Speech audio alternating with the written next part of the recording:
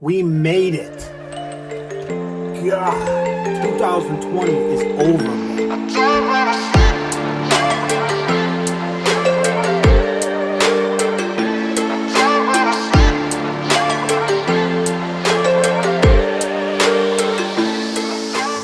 2020 is over. In 2 more days.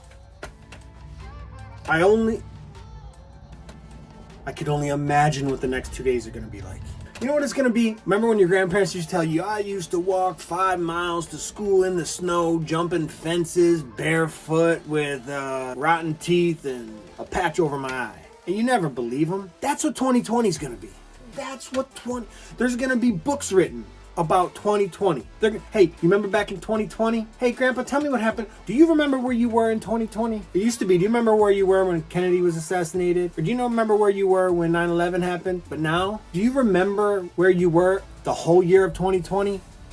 And most of us are going to be like, no, I have no idea. It was a blur. I don't even want to look back at that.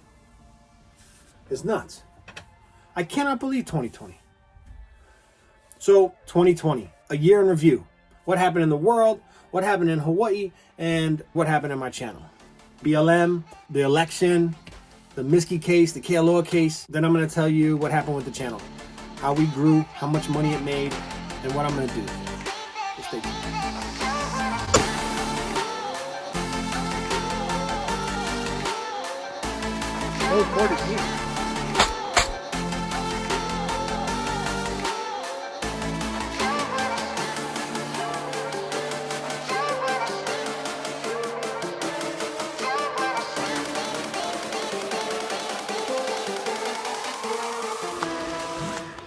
And I seen a baby bird. And I remembered I picked up the baby bird in my hand and it took a like toothpaste across my hand. So I fired the bird back down on the ground. That was my morning. Oh, God. That's my first memory. That was my morning. Yeah.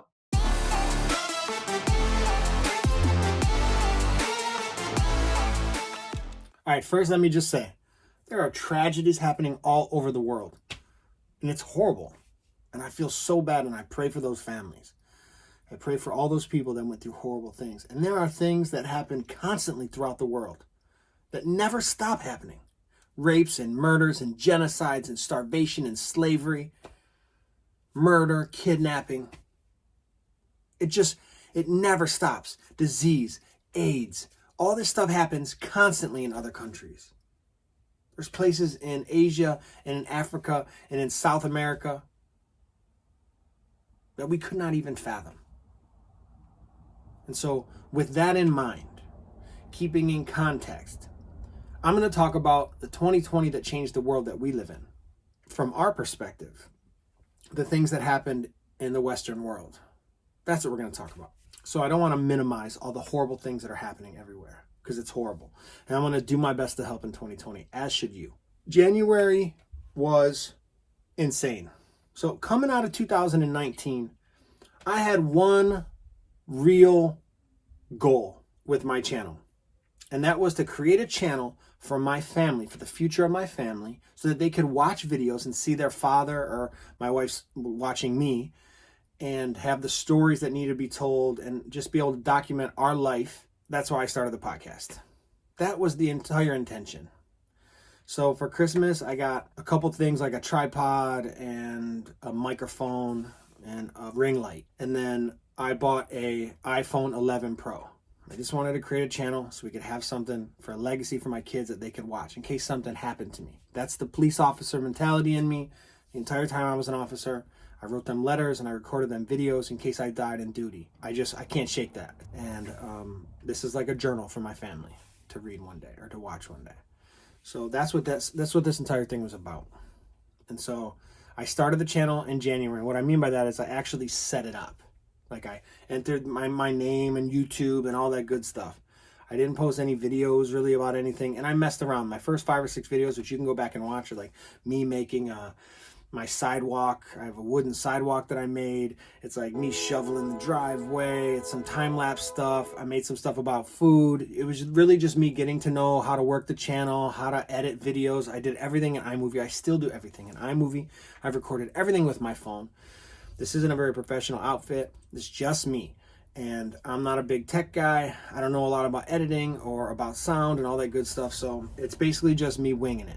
So the first 5 or 10 videos was me figuring stuff out. I had a lot of hopes going into 2020. And right away, we start getting kicked in the nuts. That's the truth. First of all, right away, carrying out of 2019 was the fires in Australia. Like millions of acres. I don't remember what it was. 20, 30 million acres burned. Saw videos of like koalas limping on fire. I mean, it was sad. It'll tear your heart out. And then Prince Harry and Meghan Markle, I think that's how you say her name, they stepped down from being royals. I don't know if that's ever happened before, but it made me love them. I don't know why, but that tripped me out. That's something I remember. And then on January 9th, the WHO, the World Health Organization, announced a new deadly virus that had launched itself from Wuhan, China. And then I could just stop right there, because this is basically where everything took off for 2020. The pandemic basically was in the driver's seat for the rest of the year. So I'm not going to talk much about coronavirus. You guys all get it. We've all heard enough. And then on January 26th, Kobe Bryant dies in a helicopter crash. I think it was 7 other people died. Rip Kobe. That was a sad one.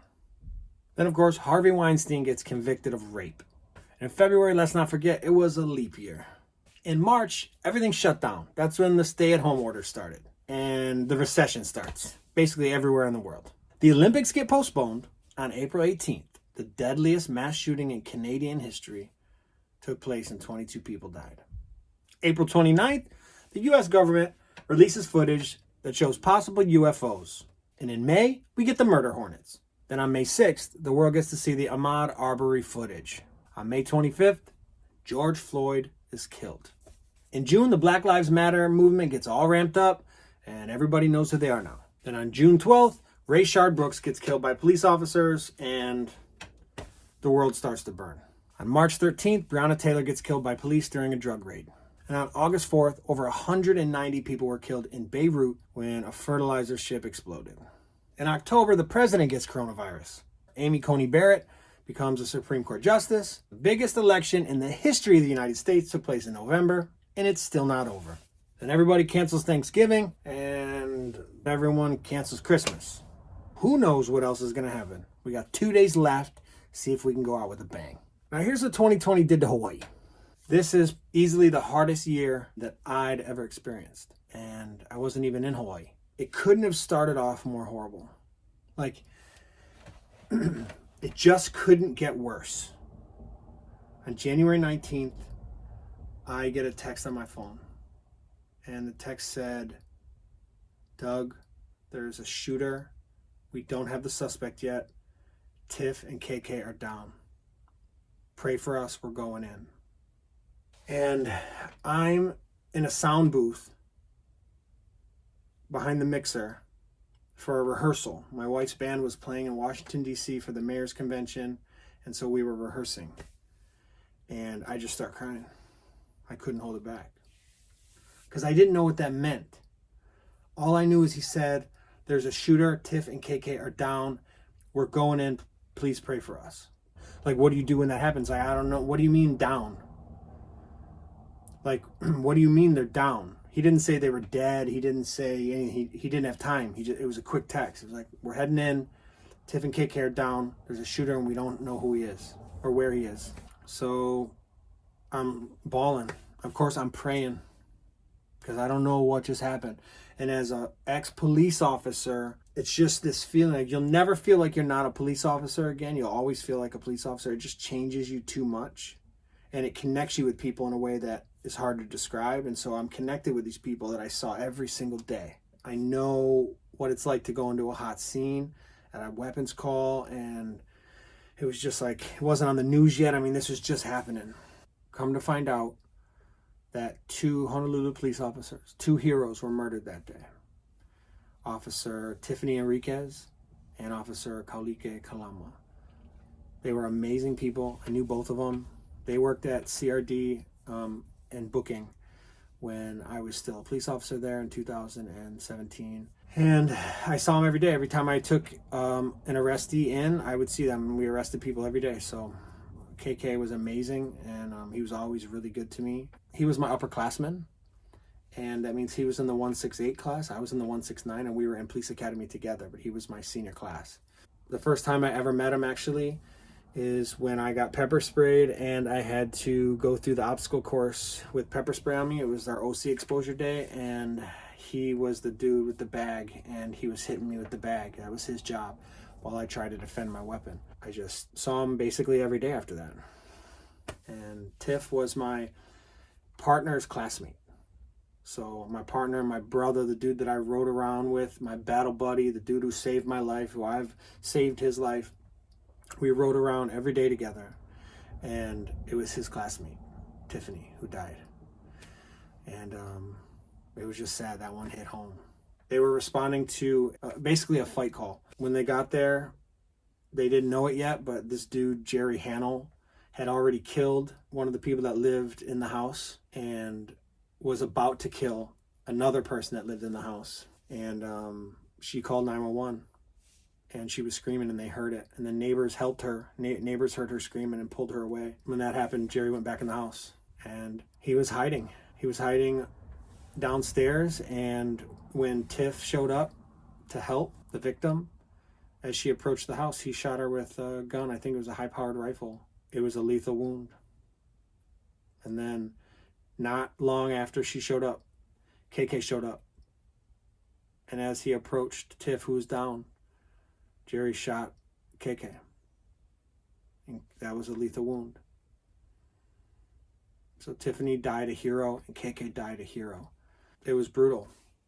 Jerry set the house on fire, and it burned down like 6 other homes in the Diamond Head area. It was just brutal, man. It was the worst thing that I'd experienced in my entire career. Hands down. And I felt so bad. My heart was so broken.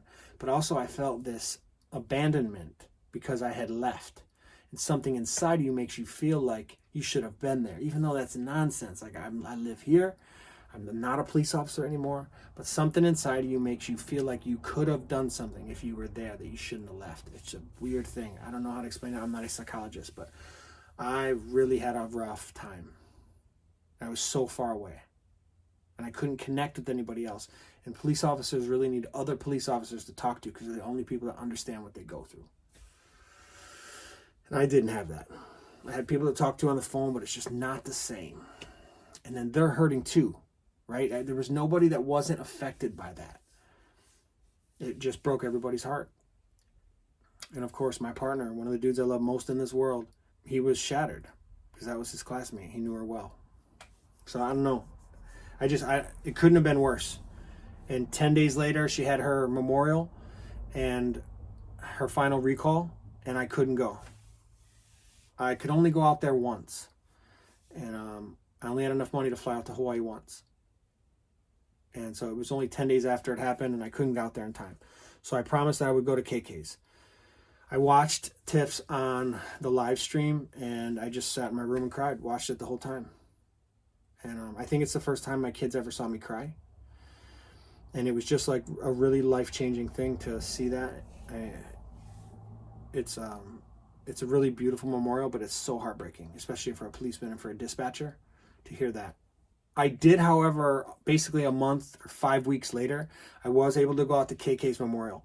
I flew out there. The pandemic had just started, like coronavirus had just made it to the US. There weren't any cases in Hawaii. No one really knew how big this thing was going to get. So there were still flights and people were wearing masks, but we didn't know what it was going to turn into. So I literally flew there on March 7th. And I swear Hawaii locked down like a week later.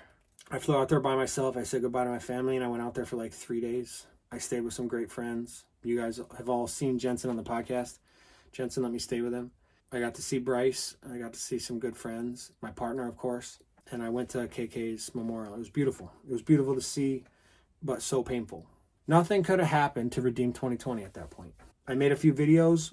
When I was in Hawaii, I shot some footage about this podcast that I was going to start. I wasn't sure what was going to happen, so I just shot some footage and I was able to use it later. I didn't know what the channel was going to turn into, but that's what I did. And then a bunch of crazy stuff happened in Hawaii.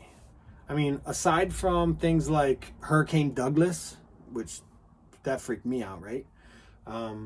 Just barely missed Hawaii. We thought that was going to be a direct hit. I even made a video asking people to pray for Hawaii because we were all super worried. But it was minimal damages and nobody lost their life.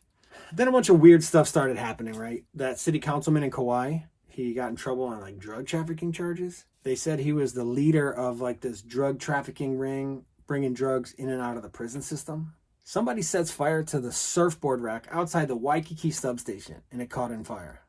Do you guys remember that? Then in some weird coincidence, this chick, Lori Vallow, her fifth husband, that was a weird thing in itself. Vallow's fourth husband, the dude right before the fifth husband, Chad Daybell, well, her fourth husband gets shot and killed by her brother, who just weeks later dies of a blood clot. And then Chad Daybell's wife, just before Lori Vallow, she died in her sleep mysteriously. Anyway, all of a sudden their two kids go missing. And then her and Chad show up on Kauai and won't answer any questions. Everybody knew they did it, but we just couldn't prove it. And of course, a couple months later, they find the bodies of her young son and her young daughter on Chad Daybell's property. And so things were getting out of hand. Hawaii was constantly in the news. And so even though I was trying to make my channel about my podcast so that my kids could have something in the future, all of a sudden all this legal stuff started happening. Hawaii was all over the news. So I made a few videos just kind of explaining to people from an ExCop's perspective the legal ramifications of what were going to happen, how police officers look at the law, how the legal system works, just trying to shed some light, give some perspective. So I get a notification that this dude named Miske, who I was really well aware of, got arrested for racketeering, conspiracy to commit murder, drug trafficking, kidnapping, robbery, all this other crazy stuff. So I made a video, and then another video, and then another video. Every time there was an update, I made another video because it was interesting to me, and I knew these players, and I just wanted to see if I could shed some light on them. And then that CIA spy, Alexander Cheng Ma, gets arrested for espionage. It's so rare that somebody gets arrested for espionage, and they happen to do it in Hawaii. It reminded me of Edward Snowden, because he worked in Hawaii too. But for some reason, Hawaii is like this hotspot for the CIA and FBI because it's so connected with Asia. And of course, China gets to this dude and he's selling them secrets. And shout out to Kenji Price, because he's got all these cases stacking up and he's knocking them down. Boom, boom, boom, boom, boom. And then Michael Hirakawa gets arrested for rape and kidnapping and a bunch of other stuff in his luxury Chinatown high-rise for some poor girl he met online. And he bails out on $500,000 bond for like attempted murder. So everybody freaked out about that. Then Jake Smith pleads guilty, agrees to testify against Miske and all the other dudes involved. And then the police chief, Louis Kaloa, and his wife, Catherine Kaloa, they get sentenced for their corruption charges. And then Wayne Miller and Jonah get arrested. And they're snitching on Mike Miske, and they're going to bring everybody down. And then to cap it all off, Kilauea erupts. Halemaumau crater is like, I don't know, 270 feet deep with flowing lava. I made videos every chance I got, and you guys supported the channel. It was great. So this is what 2020 was for the channel. I made my first video on January 13th. It's called Emotional Eating Video, and it was just me being silly, talking about my emotional eating disorder. A week later, we get a ton of snow. I'm trying to try out my new time-lapse on the iPhone, so I do a time-lapse video of me shoveling the driveway. And then Conor McGregor knocks out Donald Cowboy Cerrone. I made a video about that. And then Kobe dies. I was at breakfast when I got the update on my phone. As soon as I got in the car to go home, I recorded the video. I'm literally driving in the van. Then I made a video about Popeye's chicken sandwich because I'd never tried it. I wanted to do a reaction video, see what that was about. And then a week later, I made a video about breakfast cereals because I'm a cereal fanatic. And then Dominic Reyes beats John Jones, but they call it for John Jones. So I made a video about that because that was an upset. Well, then I made a video about me flying to Hawaii for KK's memorial. And then, of course, after the memorial, I made a video about KK. When I got back, I wanted to make a do-it-yourself home improvement video, so I did it on my wooden sidewalk because I have a historic home and I didn't want to put concrete in. What's a trip is that was just like a video that I made real quick because I'm literally just trying to learn how to edit, learn how to make a video, and that ends up doing really well. It's got like 10,000 views and I made like $50 on the video so far. And then the quarantine started hardcore here in Michigan. And no joke, I had gained like 20 pounds. And I was like, you know what? I got some time off. I'm not going to waste this time. I knew I was going to look back on that time and say that I wasted it. So I did a 21-day quarantine challenge. We had 3 weeks of quarantine in Michigan. And so I'm like, you know what? I'm going to take this time every day. I'm going to run 5 miles, or I'm going to run a 5K, and I'm going to do 100 burpees or whatever. Not missing a day, every day, religiously. I didn't have to go to work because they shut everything down, and I was just going to do this. I was also going to focus on actually sitting down and getting a bunch of information, getting a bunch of photos, and making episode 1 of the podcast.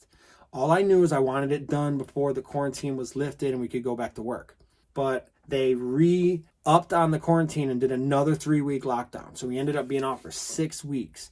And it was during this time that I lost like 25 pounds. I continued to run the 5K and did 100 burpees every single day. And every day I just worked for like 15 hours on gathering information, setting up my website, setting up the channel, all this stuff. I wanted to have something coming out of the lockdown to show for itself. And finally, I hit my deadline after pulling like 3 all-nighters the last few nights. And I started the intro to my YouTube channel. I released the intro to my YouTube channel. And I also released episode 1 of Leaving the Dream called The Beginning. I did that on May 1st, 2020. And that was when Leaving the Dream was born. So we have been Leaving the Dream for 7 months now. About a week later, they lifted the quarantine and we went back to work. So I made a video about that. And then I did a new segment of the podcast called Remember the Time, where I bring people in from the actual podcasts, people that the viewers were asking about, my Uncle Mike and my mom, and I just basically interviewed them over Zoom because technically they were still in lockdown. I could go back to work, but they were staying quarantined, so we just did a couple Zooms with them. So I made this video with my Uncle Mike, and I made this video with my mom. And then on May 28th, I made a video about George Floyd. All I did was make a video talking about the facts and the circumstances that were submitted in court. I didn't talk about assumptions. I didn't talk about rumors. It was just like, hey, this is what I see from an officer's perspective on what happened. That video was pretty crazy. I think that may be the first video that I got a lot of hate for. And I made a video about navigating and surviving the comment section because that was brutal and I'd never had to deal with that before. I'd never dealt with keyboard warriors. A policeman, you're constantly out in the street dealing with bad guys. At least when you work nighttime in Chinatown, you don't work with the best people in society. It's the dark, seedy areas, and you just deal with mostly bad people. Bad guys that want to hurt you or hurt other people or steal or take things that aren't theirs, cause trouble. So I'm used to dealing with people who actually want to do something. It was the first time I ever ran into anybody that was a keyboard warrior and just was talking behind a keyboard. I'm just not used to that. As a police officer, we don't handle passive aggression well. We handle active aggression well, but the passive aggression is like annoying and it's hard to deal with. So I made this video talking about my ability to process and deal with the comment section, because I basically let it get to me. And then in June, Rayshard Brooks got killed at that Wendy's drive-in. And I made a video about what I saw and the things that we knew from officer statements and court paperwork. And I just gave my perspective. And then the officers got charged with felony murder, which I thought was wrong. So I made a video about that. And then the infamous Chipotle Karen video came out. They called it that because basically a white woman and her husband were walking out of a sub shop and got bumped into by a black mother and her 2 daughters. An argument ensued, and I gave my perspective on what that situation was, where the parties went wrong, because both of them did things wrong from my perspective, and what I thought would have happened or should have happened. And that was a touchy one because the people on the one side that thought that Jillian Woostenberg was in the wrong, They were hating on me for criticizing the black family. And then, so when I criticized Jillian Wustenberg, all the Second Amendment people were coming down on me hard, saying that I didn't know what I was talking about. And then when I criticized the black woman and her daughters, the people that thought that Jillian Wustenberg was in the wrong started hating on me. And it was like, that was probably the worst, honestly.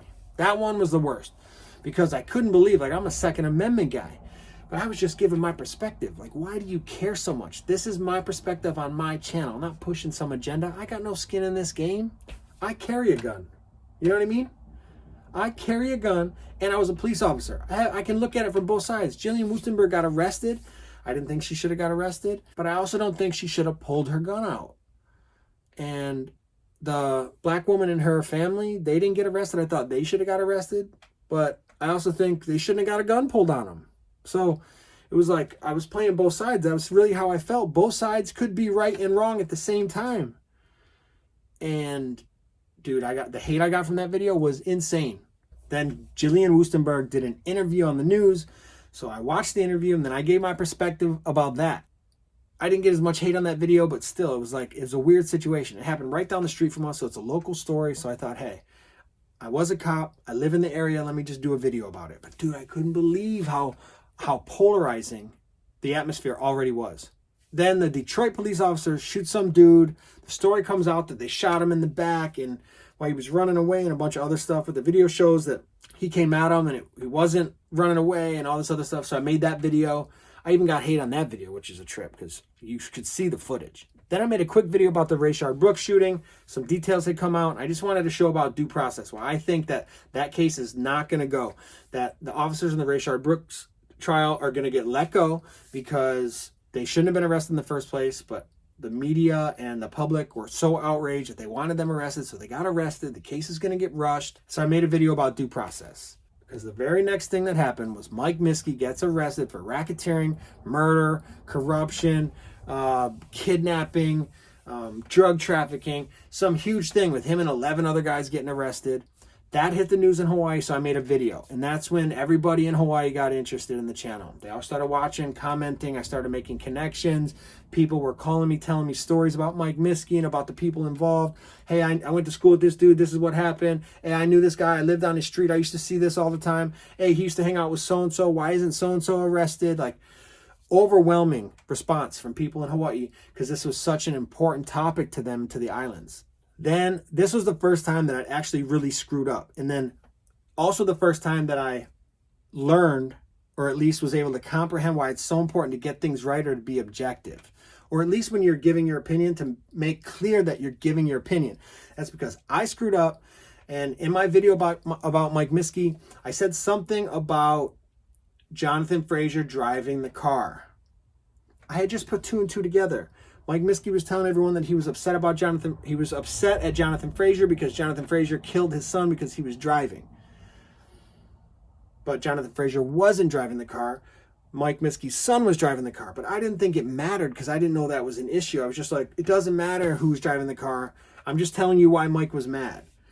And I was so like flippant about that. I didn't realize that that was like a major pivotal point in the case, that he had like there was lawsuits and a bunch of accusations. They'd gone to court. It was a whole big deal that people in Hawaii and people that were close to the case understood. And it was important to them to make a distinct difference in what Mike was saying happened and what really happened. So that was when I made my first apology video. That's right here. Then I made a video about the detention hearing. And that's when Hurricane Douglas was going to hit Hawaii. And that's when I did my very first guest appearance on a podcast. This one was with the Todd Atkins show. Todd Atkins hit me up because of my Mike Miske video and said, I want to talk to you. It's interesting to me because I knew Mike Butenbaugh, who people call Mike Malone. He used to be involved in the fight game. Todd Atkins was really involved in like the fight community in Hawaii early in the years of MMA. And so it was interesting to him. He wanted to talk and get my perspective. So he had me on his show. I recorded the footage and put it up on my channel. Then I did 2 videos about detention hearing updates because there's this detention hearing. It kept getting pushed back. Everyone started tripping out. The conspiracies were already flying because the year was so crazy. So everybody's like, what's going on? Why is this detention hearing keep getting pushed back? COVID wasn't helping because all the court was virtual. You know, dates started changing. It was hard to keep up with. So I'm checking every day, trying to figure it out because a lot of people had subscribed to the channel. This is when my channel kind of took off. And this is also at the time that I got over 1,000 subscribers to the channel, and I hit my 240,000 watch minutes. That is the threshold that it takes for your channel to get monetized. So that's when I got monetized. And then the prosecutors announced that the Miske trial was going to be postponed for an entire year so that both sides could prepare well. A year. But I think that's a good move. And I made a video about it saying why I thought it was a good move. They want to take this case seriously or they could screw it up big time. That's when I finally finished editing my lobster video. My cousin and I and business partner, we went onto a lobster boat. We got offered by a lobster fisherman to go hang out with them for the day. It was like deadliest catch. It was like a dream come true. I'd always wanted to do it. And I was able to make this video. It was finally edited and I released it here. Then like 2 days later, Alexander Cheng Ma gets arrested for espionage. Real deal action movie, Born Identity, Ocean's 11 type stuff. He gets arrested for selling secrets to the Chinese government, and he was in Hawaii. Then some crazy story happens where this 20-year-old girl dies, gets pronounced dead at the scene. The EMTs put her in a body bag, deliver her right to the funeral home. Never even took her to the medical examiner because it was an attended death. The doctor signed off on it. Bunch of crazy stuff. An hour later, or 3 hours later, something like that, her toes start wiggling and she starts moving and someone sees the bag moving up and down at the funeral home. They open the bag. This girl's alive. They resuscitate her and she stayed alive. She ended up dying like 2 months later. But it was just a crazy thing where she was pronounced dead and came back to life and everybody's like, yo, what happened? Is it a miracle? Nobody could believe it. So I made a video about that here. And then finally on September 14th, which is what, 3 months after I released episode 1 of the podcast, I released episode 2 of the podcast called The 2%. You can find that right here. That is Leaving the Dream podcast episode 2. That one took a lot of work and hopefully I'll get episode 3 out soon. So that's when I made a series of 3 videos that was basically trying to deal with this question that everybody was asking themselves. There was a lot of laws being passed in certain cities like Seattle or Portland or whatever about if we needed police departments, if we were going to defund them, how to change, what the reform should be. So I made a series of videos. They were called Let's Talk. The first one was, do we need police? And I let you guys answer the questions. And then based on the answers I got in that video, I was going to make a second video. That video ended up being why we need police. And at the end of that video, I asked you another question, which is, what should police officers be doing? What should their job description be? And we talked about what you thought they should do, and I talked about what I thought they should do. And then one of the officers involved in the Breonna Taylor case got arrested for wanton endangerment because when he shot his gun like 10 times, the bullets went into the neighbor's house, and you're accountable for every bullet as a police officer. So he got arrested for that. But because it wasn't for the murder of Breonna Taylor, everybody freaked out and the city started to burn again. So I made a video about the Breonna Taylor case, breaking that down. That's relevant because just like today or yesterday, another officer in that case was fired for lying on the information that he submitted for the warrant. It doesn't change anything for probable cause for the case, but it did show that he basically misled them. We can't prove that he lied so much as he made it seem worse than it was so that the judge would sign off on that warrant. We don't know how that changes the case yet. It's too soon to tell, but I'm going to make a video on that pretty soon. And then Todd Atkins called me back and he said, dude, Dave Walker, like the detective from the first 48, which I'm a huge fan of, I'm having him on the podcast. We're going to talk about Breonna Taylor. We're going to talk about no-knock warrants, and we're going to talk about police reform. Do you want to come on the channel with me? And I was like, I was stoked because, of course, I want to come on the channel with him. So me, Todd Atkins, and Dave Walker did a podcast. Todd was gracious enough to let me record it and then post it onto my channel because it would get exposure for his channel. And we're just trying to work together here and scratch each other's back. And we're just trying to work together here and just support each other. That was a blast. It was an honor to be on with Dave Walker. I was starstruck, but I had a blast and it was a great podcast. You can check that out here. And then in October, after weeks of going through this process to get my own concealed carry permit, I obviously, having been a police officer, I was trained, I carried a gun for a long time, but then the last couple years in Michigan, it was nice to not have to carry my gun. I was required by law to carry it in Hawaii, because I was a police officer, you had to have it with you or ready and available at any given time, at a moment's notice. So I had it everywhere, and it's so humbug to go to the beach with your gun because you can't leave it. And if you did want to go in the water, you had to leave it somewhere else. You don't want to leave it in your car because everybody in Hawaii knows you're going to get your car broken into. Somebody's going to steal that gun, and then you're in trouble.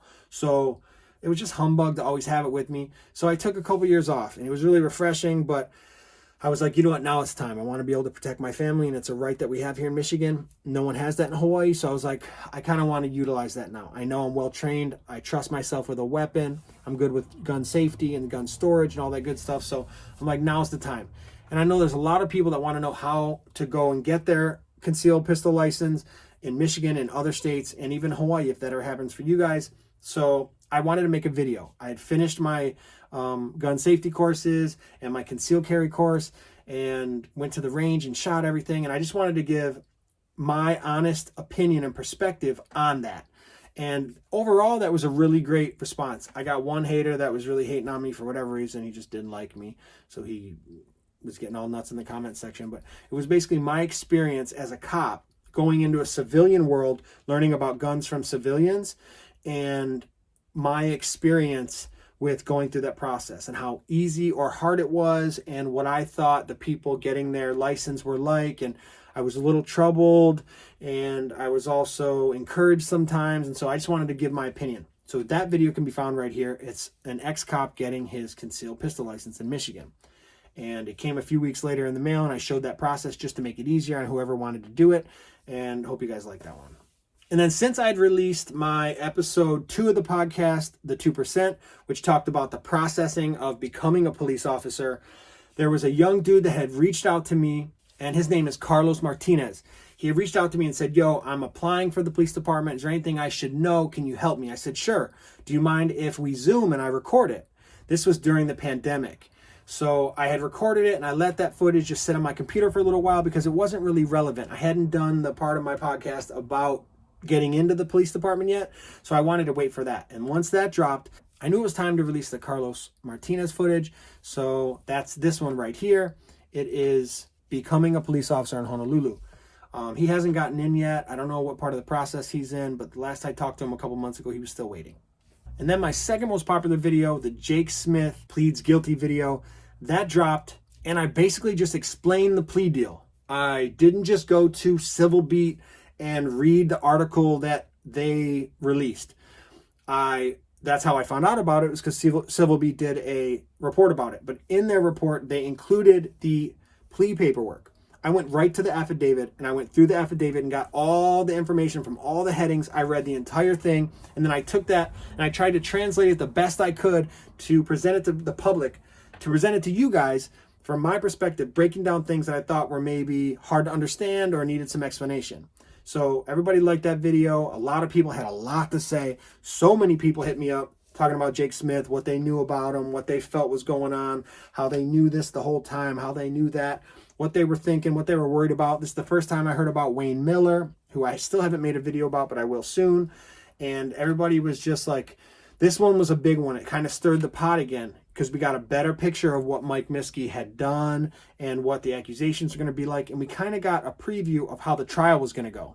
And then in the plea deal, Jake Smith talks about the dude that they were going to rob, some rapper. He's unnamed, but many of you hit me up and said you thought you knew who this person was that he was going to rob, and that the only person in the islands that weekend was Tekashi 6ix9ine. He was known to wear a lot of jewelry, and so they were basically planning on robbing him. Now, we didn't have facts or evidence for that, but I made a video explaining that, saying that this is what I saw with my own eyes about looking up what artists were in Honolulu going to do concerts and what people had hit me up about. And I was really clear. We don't have proof of that, but we deduced, that was deductive reasoning, that it was Tekashi 6ix9ine. And then like 3 days later, Louis Kealoha and his wife, Catherine Kealoha, you guys know how I feel about that situation, they got sentenced. I did a video basically from my perspective as an insider in the department, as a patrolman, as a beat officer, of what I thought, and just basically shared my thoughts on the case. That was a big video. A lot of people commented. A lot of people told me your thoughts on that one. That was like a big part of the year, because so many people were waiting for that one. Because think about it, like the police chief and the city prosecutor, and they're married. They're like a power couple. They used to be celebrated, and all of a sudden they're going to jail. I mean, it's just the ups and downs were crazy this year for crime in Honolulu. And then I started having friends on the podcast. I did basically a Zoom call or a Skype chat with my good friend Adam Rogers.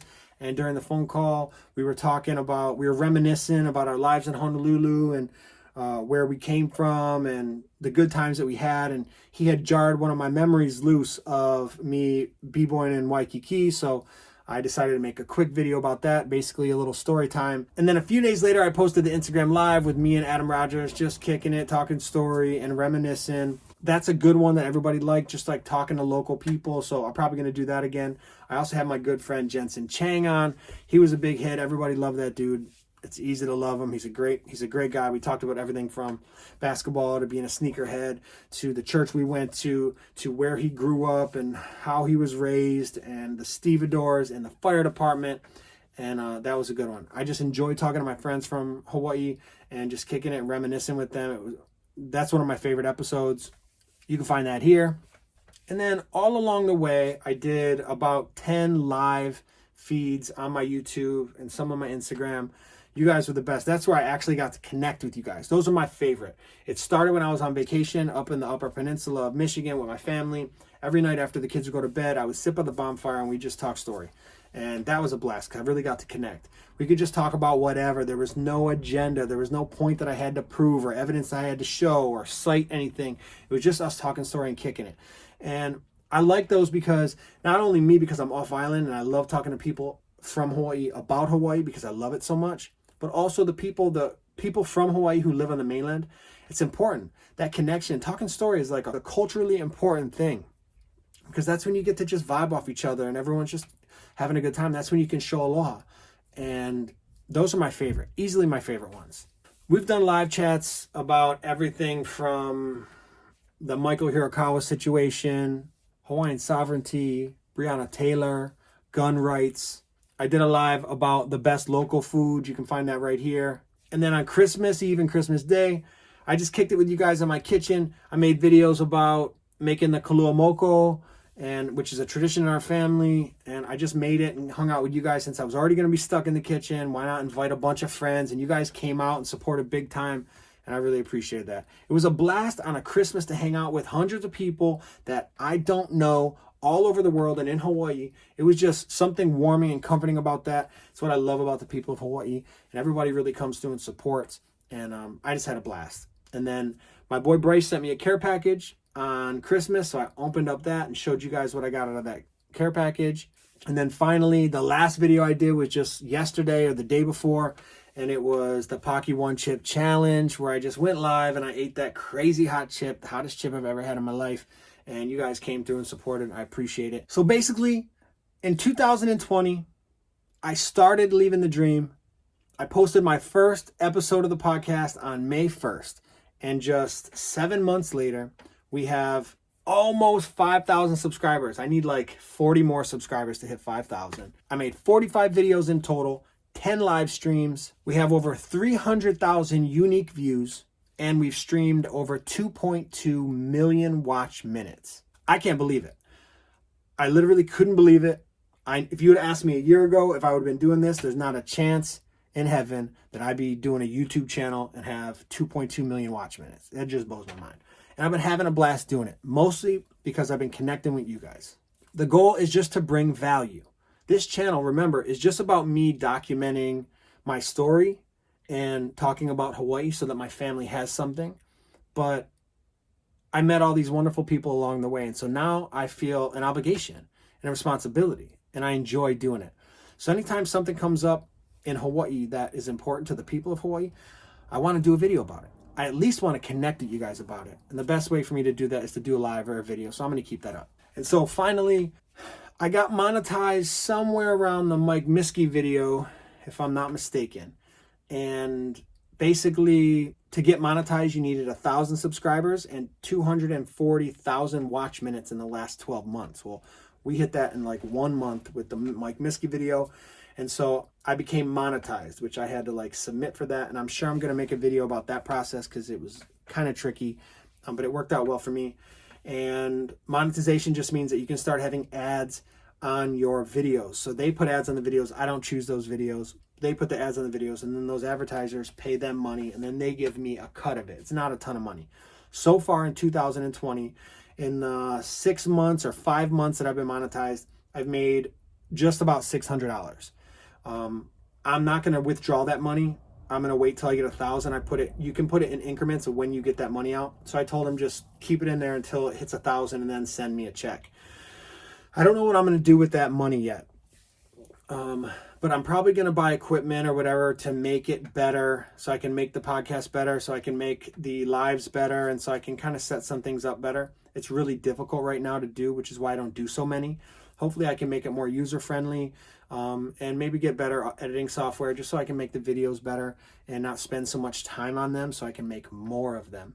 So in the end, 2020 was a mixed bag. So many people are hurting, and it was so horrible for so many people that I don't want to celebrate.